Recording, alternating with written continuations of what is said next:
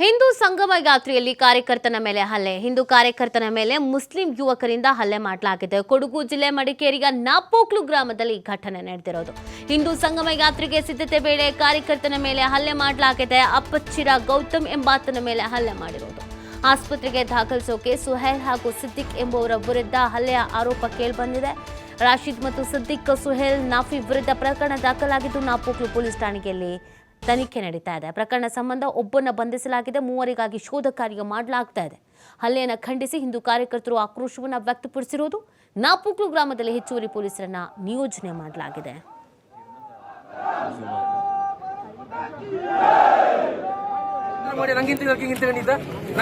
Problem ಮಾಡಿದ್ಲಲ್ಲ ಹಿಂಗ problem ಮಾಡ್ತೀವಿ ಎಮ್ಮೆ ಮಾಡಿ ಊರಿಗೆ ಹೆಚ್ಚು ಜನ ಪಾಪ ಸರ್ ನಂಗೆ ಹೆಚ್ಚು ಜನ ಪಾಪ ಭಾಗವಹಿಸ್ತೀವಿ ಊರ್ ಮನ್ಸಾಗ ನಂಗೆ ನೀರು ಕೊಡ್ತಾ ಇಪ್ಪಂಗೆ ಬುದ್ಧಿ ತತ್ತಿಗೆ ಇದು ಅದು ಬಿಟ್ಟಿತ್ತು ಪ್ರಭಾವಿರ ಮೋವ ಒಬ್ಬ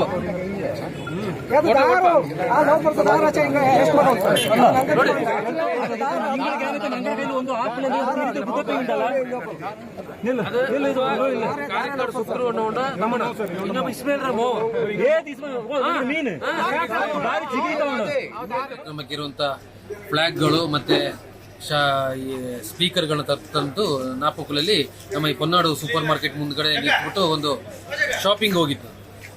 ಆವಾಗ ಒಂದು 5 ಜನ ಆಲ್ಟೋ ಕಾರಲ್ಲಿ ಬಂದುಬಿಟ್ಟು ನೀವ್ಯಾಕೆ ಈ ಫ್ಲಾಗ್ ಕಟ್ಟಿದ್ದು ಪಿಕಪ್ ಮೇಲೆ, ನೀವ್ಯಾಕೆ ಇದು ಸೌಂಡ್ ಬಾಕ್ಸ್ ಹಿಡ್ಕೊಂಡು ಮಾತಾಡ್ತಿರೋದು ಅಂತ ಹೇಳ್ಕೊಂಡು ತೊರೆ ಮಾಡಿದ್ವಿ.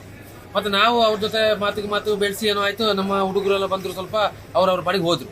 ಮತ್ತು ನಾನೇನು ಕೆಲವೊಂದು ಥಿಂಗ್ಸ್ ತರಕ್ಕೆ ನಾನು ಮೇಲೆ ಶಾಪಿಗೆ ಹೋಗಿ ಬರೋಷ್ಟರಲ್ಲಿಗೆ ಅಪ್ಪಚ್ಚಿರ ಗೌತಮ್ ಮೇಲೆ ಒಂದು 5 ಜನ ಮುಸ್ಲಿಂ ಹುಡುಗರು, ಒಬ್ರು ಕತ್ತಿ, ಒಬ್ಬನ ಹತ್ರ ಬೇಸ್ಬಾಲ್ದು ಸ್ಟಿಕ್, ಇನ್ನೊಬ್ಬನ ಹತ್ರ ಒಂದು ಕತ್ತಿ ದೊಣ್ಣೆ ಏನು ಹಿಡ್ಕೊಂಡು ಕೆಳಗೆ ಹಾಕೊಂಡು ಅದು ಹುಡುಗರು ಹೊಡಿತಿದ್ದಾರೆ.